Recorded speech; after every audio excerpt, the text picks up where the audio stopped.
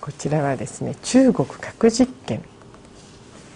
ウイグル死者数十万というタイトルになっています。産経新聞7月31日から取り上げました。米国で最も人気の高い科学雑誌サイエンティフィック・アメリカン7月号が中国の新疆ウイグル自治区で中国当局が実施した40数回の核爆発実験の放射能により数十万ものウイグル住民が死亡した可能性があるとする記事を掲載した。これ大きな記事ですね。はい、そうですね。はい、産経新聞、これは非常に注目すべき記事だと思います。むしろこれはある意味一面に載せてもいいのかというふうな思いがいたします。サイエンティフィック・アメリカンというですね、これ、米国でも非常に人気の高いその科学雑誌だということであります。そしてそこでですね、中国の核実験の実態、特に今問題になっておりますこのウイグル住民ですね、ここでですね、この非常に大きな被害が出ているということです。まさに40年にわたりですね、この核実験を繰り返しているということです。この記事の中を見ますとですね、そのウイグル自治区で1973年の子供時代3日間、空が黒くなり土砂のような雨が降ったというそういう目撃証言も出ております。そして、その後ですね、そういう核実験が続けられて大変大きな被害が出ていると。新疆ウイグル自治区で放射能汚染のために19万4000人が死亡し120万人が白血病などを病んだというですね、そういう算定を伝えております。そういう意味ではこの科学雑誌国際的にも評価が高いということで大変信憑性があるということです。これに対して例えばシルクロードですね、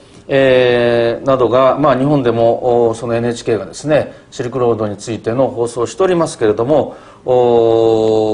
NHK が長年シルクロードの番組を放映し多数の日本人観光客に核汚染が明白な地域を訪問させながら核爆発については一切沈黙してきたという問題があります。これに関して高田教授という方が、その NHK のこの核実験無視の姿勢を非難してですね、公開質問状で抗議しているということも合わせてここで報道されております。こう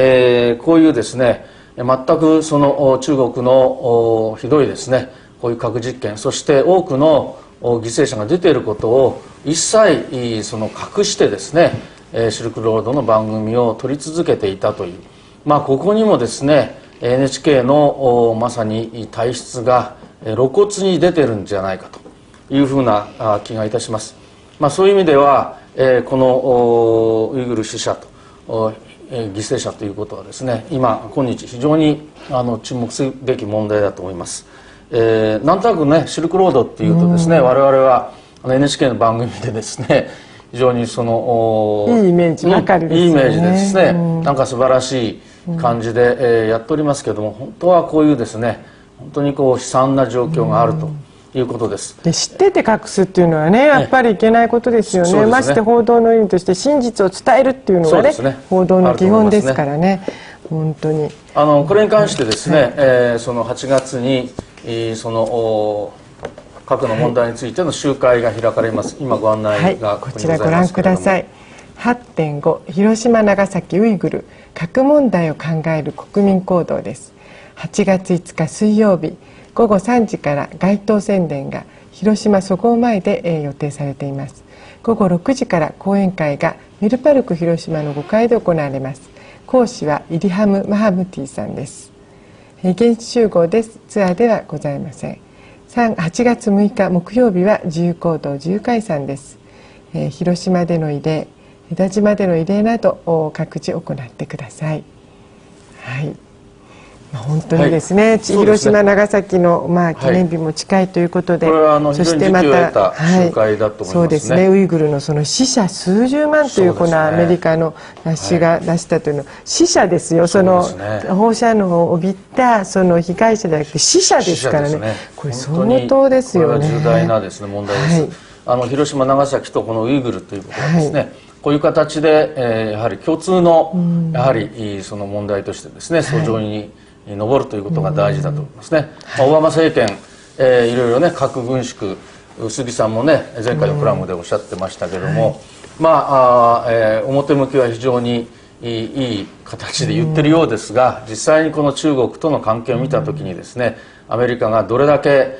対中国に対してですね、こういう問題を鋭く質問できるのかと、はい、そういうところもまさに注目されるところだと思いますね。そうですね、大きな問題ですね。はい。